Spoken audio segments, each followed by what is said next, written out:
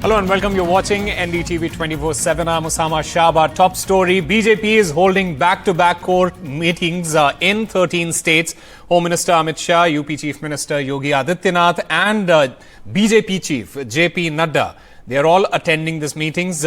Sources say that 25 Uttar Pradesh seats have been discussed. The National Council meeting of the Bharatiya Janata Party is going to set the tone for the party's Lok Sabha election campaign.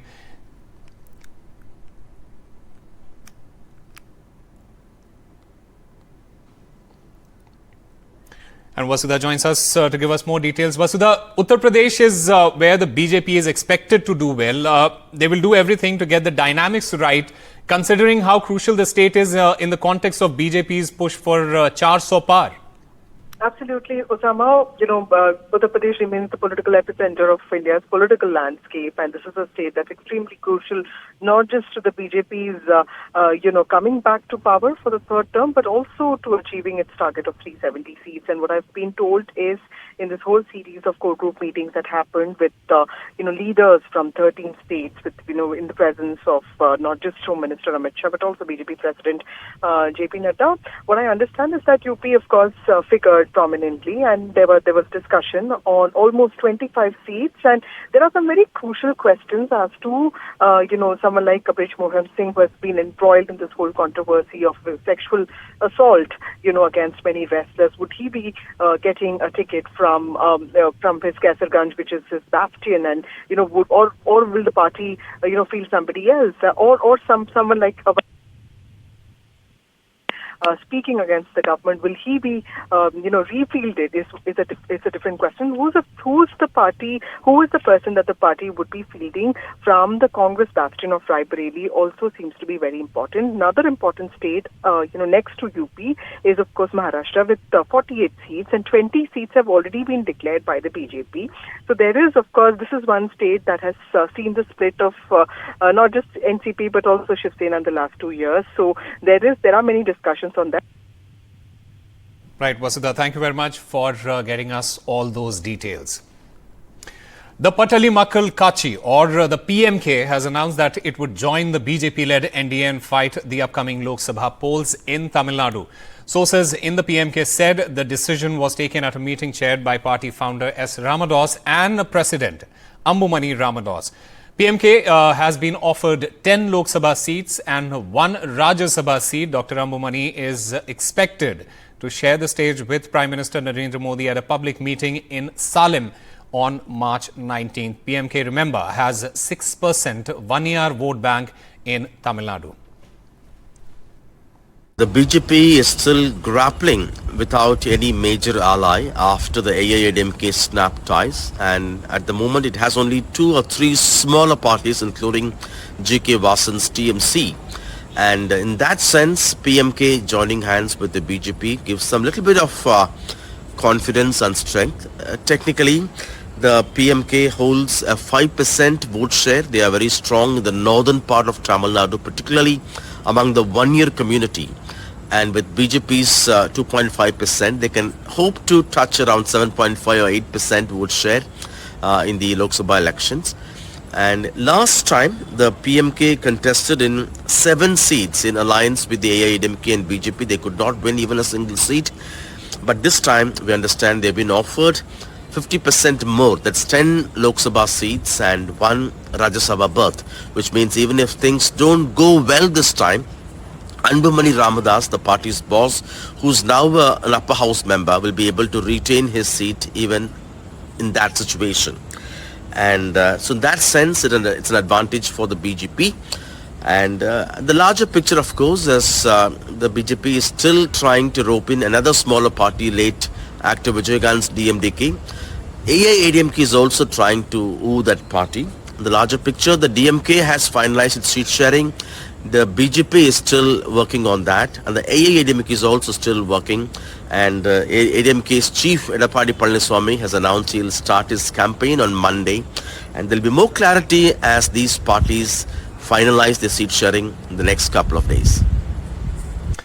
Prime Minister Modi is on a south tour ahead of the Lok Sabha polls, and after Rahul Gandhi at a rally said the Congress is trying to fight against a certain Shakti, Prime Minister Modi hit back and said that this Shakti will emerge victorious on June 4th. The Prime Minister started off his poll campaign in the south with a sharp attack on the opposition. Here's a report.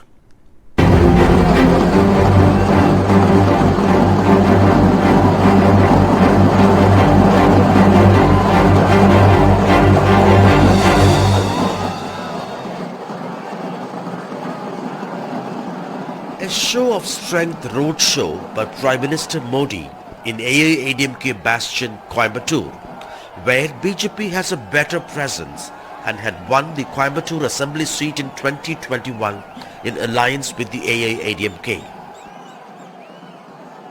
With AIADMK snapping ties, Modi has set his eyes on the Dravidian party's stronghold to expand the Saffron party's footprint from its present 2.5% vote share. The 2.5 kilometer rally culminated at one of the points of the 1998 Coimbatore serial bomb blast that killed more than 50 people, and Modi paid floral tributes to those killed. In Telangana's Jagtial, Prime Minister Narendra Modi attacked Rahul Gandhi's comment at the Indy Alliance meet in Mumbai on fighting to defeat a Shakti. और इसलिए लड़ाई एक तरफ शक्ति के विनाश के लोग करने वाले लोग हैं, दूसरी तरफ शक्ति की पूजा करने वाले लोग हैं। मुकाबला 4 जून को हो जाएगा। कौन शक्ति का विनाश कर सकता है और कौन शक्ति के आशीर्वाद प्राप्त कर सकता है, इसका मुकाबला 4 जून को हो जाएगा। हम शक्ति से लड़ रहे हैं, एक शक्ति से लड़ रहे हैं। अब सवाल उठता है, वो शक्ति क्या है? राजा की आत्मा ईवीएम में है, ईडी में है, सीबीआई में है, इनकम टैक्स डिपार्टमेंट में है। The Prime Minister emphasized the difference between voting for the recent Telangana Assembly election and the forthcoming parliamentary election. साथियों,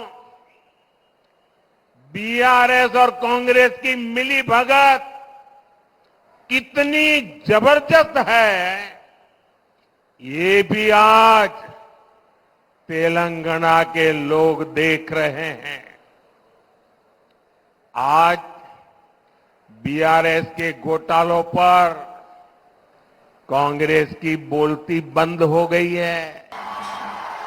Mr. Modi reiterated that Telangana had become an ATM for the Congress and said the next 5 years were critical for India's younger state. अगर यहां तेलंगाना में BJP की सरकार होती तो हम तेलंगाना को और आगे ले जाने में हमें सुविधा रहती, क्योंकि हम जनता को साथ लेकर चलते। Telangana and Andhra Pradesh both vote on May 13th. With Uma Sudhir and Nagaraju in Hyderabad, in Chennai, with Suresh, Sam Daniel, Find TV. News now from Bihar, where the NDA has formally announced its seat-sharing formula on Monday evening, which placed the BJP firmly as the big brother in the state with 17 seats to contest. Chief Minister Nitish Kumar's Janata Dal United, which previously had the pole position in the alliance in Bihar, will contest on 16 seats. Chirag Paswan's Lok Jan Shakti Party will contest on 5 seats. Jitan Ram Manjhi's Hindustan Awam Morcha and Upendra Kushwaha's RLM got 1 seat each. The LJP faction, led by Chirag Paswan's uncle, who landed a cabinet berth after splitting the party 3 years ago, is not part of the NDA. The Paras faction was dropped after it became clear that Chirag Paswan's unit had complete command over the Paswan vote.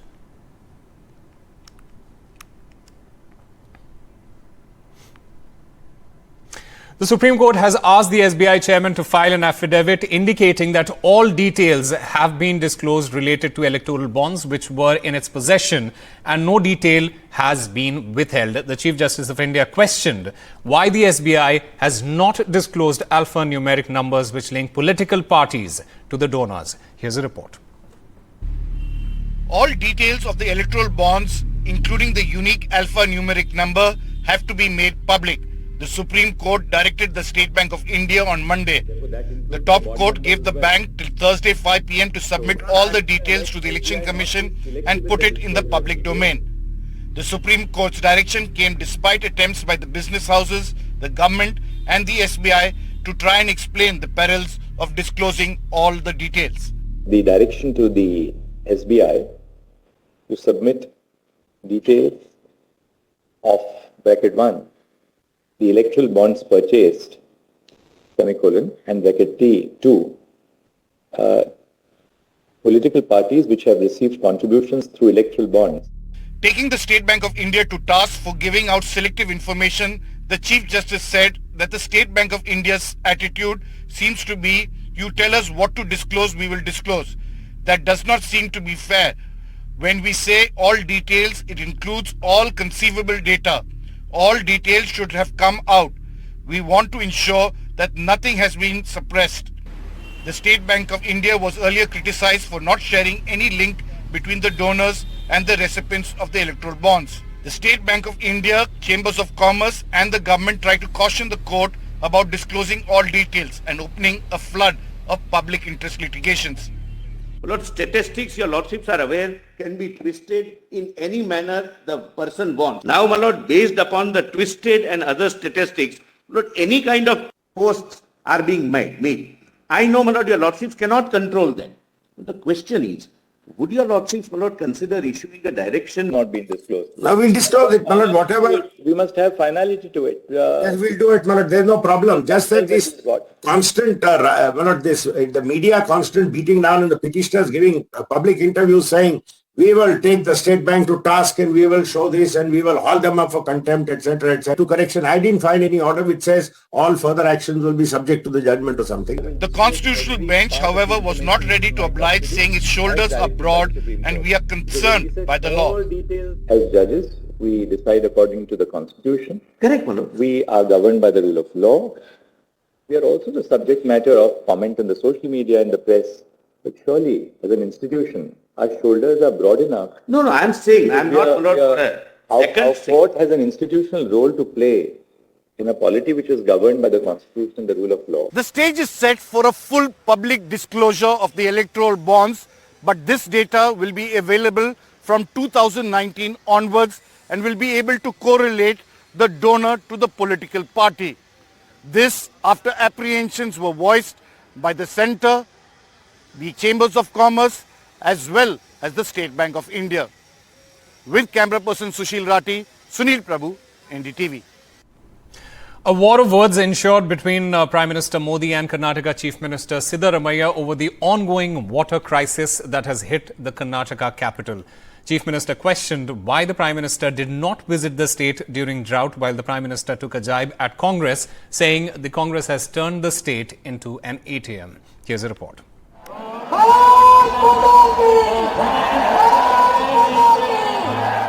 ಕರ್ನಾಟಕದ ಸಮಸ್ತ ಜನತೆಗೆ ನನ್ನ ಕೋಟಿ ಕೋಟಿ ನಮಸ್ಕಾರಗಳು.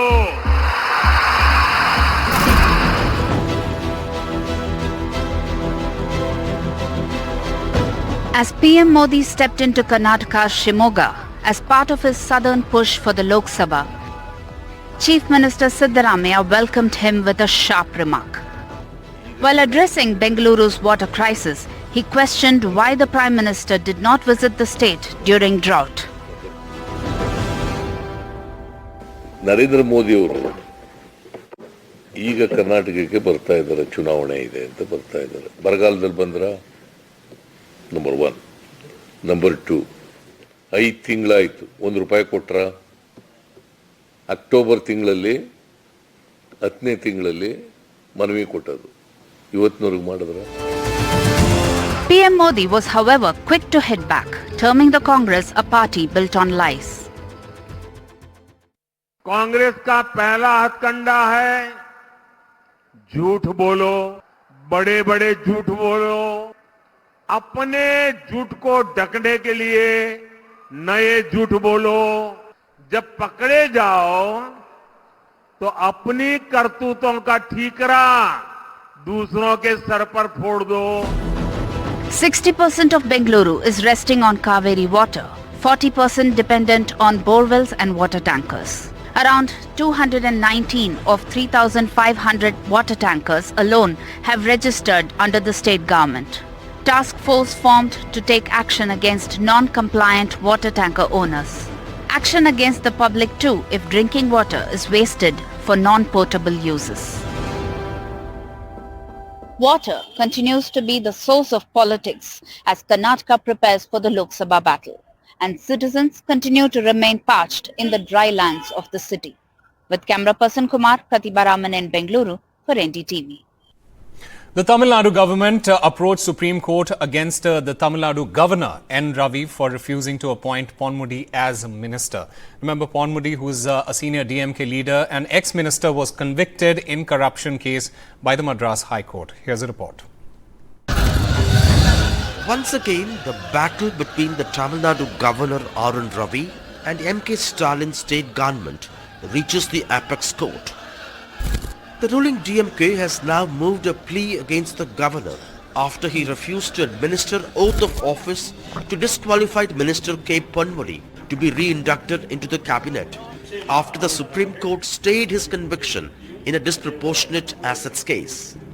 While the top court had wanted to avoid an irreversible situation after the minister was convicted by the Madras High Court, the governor argues that it has only suspended the sentence and not set it aside. When a person who can be an MLA can also be a minister, provided he enjoys the support of the chief minister. What R.N. Ravi, the governor R.N. Ravi does is, he doesn't believe in the constitution, he acts as he wish or he listens to the diktat that comes from the center. This confrontation is just the latest in a long list. In the past, Governor Ravi refused his assent to bills passed by the assembly and referred reenacted bills to the president, defying rules. He refused to appoint government nominees for key positions and skipped portions of the government's official speech in the state assembly twice.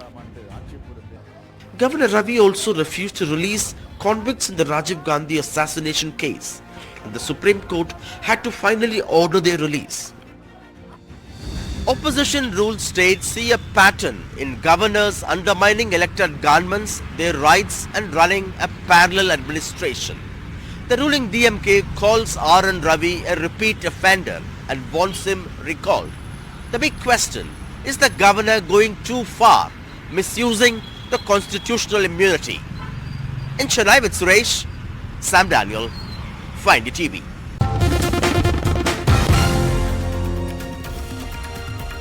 Welcome back on to some international news. Russian President Vladimir Putin has secured a record fifth term as the President of Russia and is set to extend his nearly quarter-century rule for 6 more years.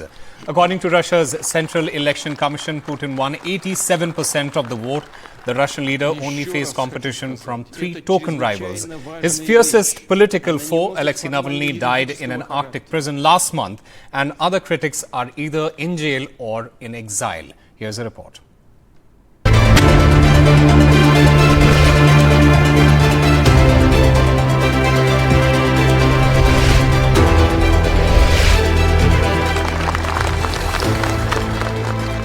The outcome was never in doubt.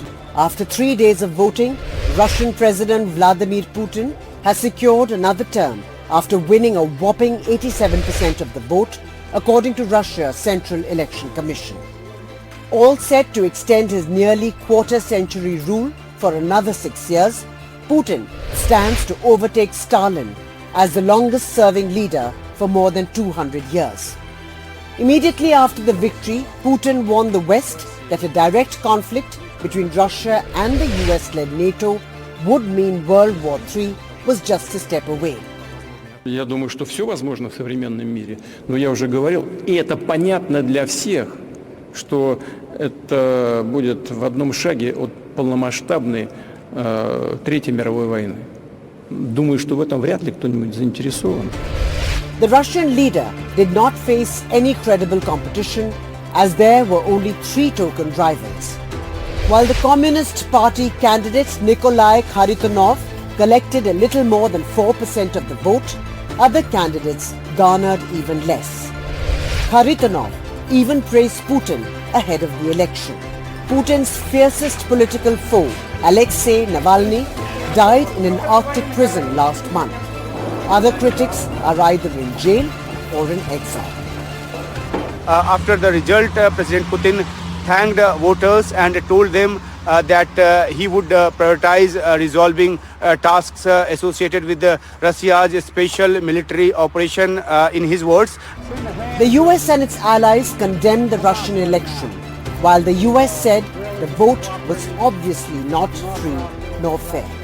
Ukraine's President Zelensky said Putin was sick with power and is doing everything to rule forever. With Uma Shankar Singh in Moscow, Vishal Vivek for NDTV. That's all we have for you. Keep watching NDTV.